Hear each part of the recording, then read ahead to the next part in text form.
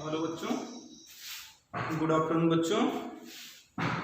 बेटा हम लोग इकाई 8 जंतु की संरचना एवं कार्य, कल से हम इस इकाई को स्टार्ट किए। बेटा हम लोगों ने इस इकाई पे कुछ थोड़ा बहुत चर्चा कल करना था लेकिन नहीं हो पाया। आज हम लोग इस पर चर्चा करते। कल आपको पीडीएफ के माध्यम से इसको भेजा था, आप उसको जरूर पढ़े होंगे।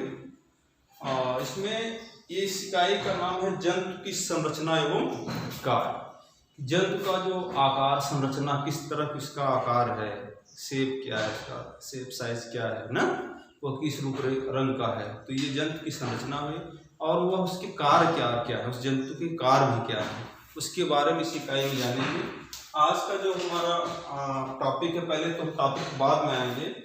हम जहाँ भी रहते हैं अपने आसपास देखा होगा कि बाग भी देखा होगा, नदी भी देखा होगा, तालाब, मैदान, चिड़ियाघर आप लोगों ने देखा होगा। भ्रमण करने पर हम इन स्थानों पर जैसे तालाब या नदी किनारे जाते हैं या किसी बाग में जाते हैं, चिड़ियाघर में जाते हैं, तो हमने देखा होगा कि अलग अलग प्रकार के जंतुओं को हम लोगों ने देखा होगा। भिन्न भिन्न प्रकार के जंतुओं को हमने देखा होगा। जैसे मेढक देखा होगा, कछुआ देखा होगा, तिलचट्टा देखा होगा, घोंघा देखा होगा, सर्प, मछली, गिलहरी, हाथी, गाय, कुत्ता, बिल्ली, सबको देखा होगा। अलग अलग सबका क्या एक ही जैसे है क्या? जिस तरह हाथी वैसे गाय भी है क्या? नहीं है ना। जिस तरह सांप उस तरह घोंघा तो नहीं है, जिस तरह मछली है उस तरह मेढक तो नहीं है। तो सबके जो संरचना है अलग अलग प्रकार है, एक जैसे नहीं है। देखने में लगता है कि हाथी जो है वो पृथ्वी पे जो है सबसे बड़ा जंतु हाथी है।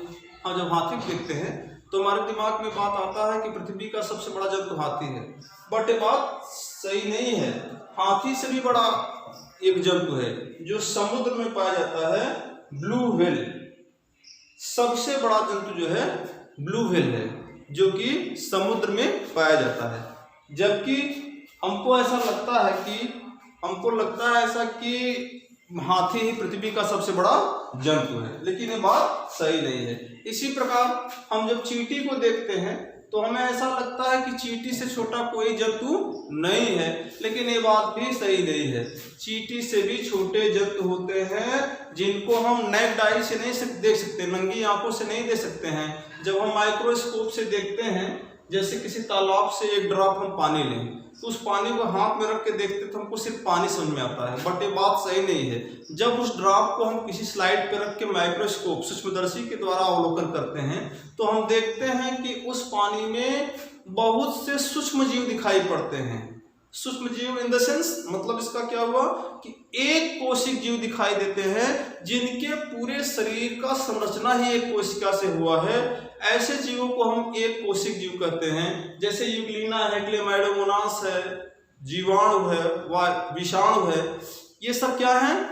पैरामीशियम है। ये सब एक कोशिक जीव हैं, सूक्ष्म जीव हैं, जिनको हम विदाउट माइक्रोस्कोप, बिना सूक्ष्मदर्शी के हम देख नहीं सकते हैं। तो अब हम टॉपिक पे आते हैं, विभिन्न आकार के जंतु। जो जंतु हैं सभी जंतु एक ही आकार के नहीं है। हाथी का आकार अलग है, घोड़ा का आकार अलग है, गाय का अलग है, कुत्ता का अलग, सबका डिफरेंट शेप एंड साइज है, एक जैसे नहीं है। अब हम बात करते हैं, जैसे इसमें दिया है कि किसी तालाब, एक इसमें एग्जाम्पल, किसी तालाब या पोखरे से पानी लाएं, सूक्ष्मदर्शी से अवलोकन करें, आप देखेंगे कि जल की बूंद में कई प्रकार के छोटे जीव उपस्थित होते हैं। इन जीवों को सूक्ष्म जीव कहते हैं। उदाहरण यूग्लिना, जीवाणु, अमीबा, पैरामीशियम, क्लेमाइडोमोनास आदि है। जीवधारी भिन्न भिन्न आकार के होते हैं। यहाँ भी एक बात हो रही है, जीवधारी जो है भिन्न भिन्न आकार के होते हैं। कुछ जीवधारी ऐसे होते हैं जिनमें रीढ़ की हड्डी पाई जाती है, और कुछ जीवधारी ऐसे जिनमें रीढ़ की हड्डी नहीं पाई जाती है। जिन जीवधारियों में रीढ़ की हड्डी पाई जाती है वो कशेरुक प्राणी कहलाते हैं। कशेरुक, जिनमें स्पाइन प्रेजेंट है, वो क्या है? कशेरुक प्राणी है। जैसे मनुष्य, गाय, भैंस, कुत्ता, बिल्ली ना।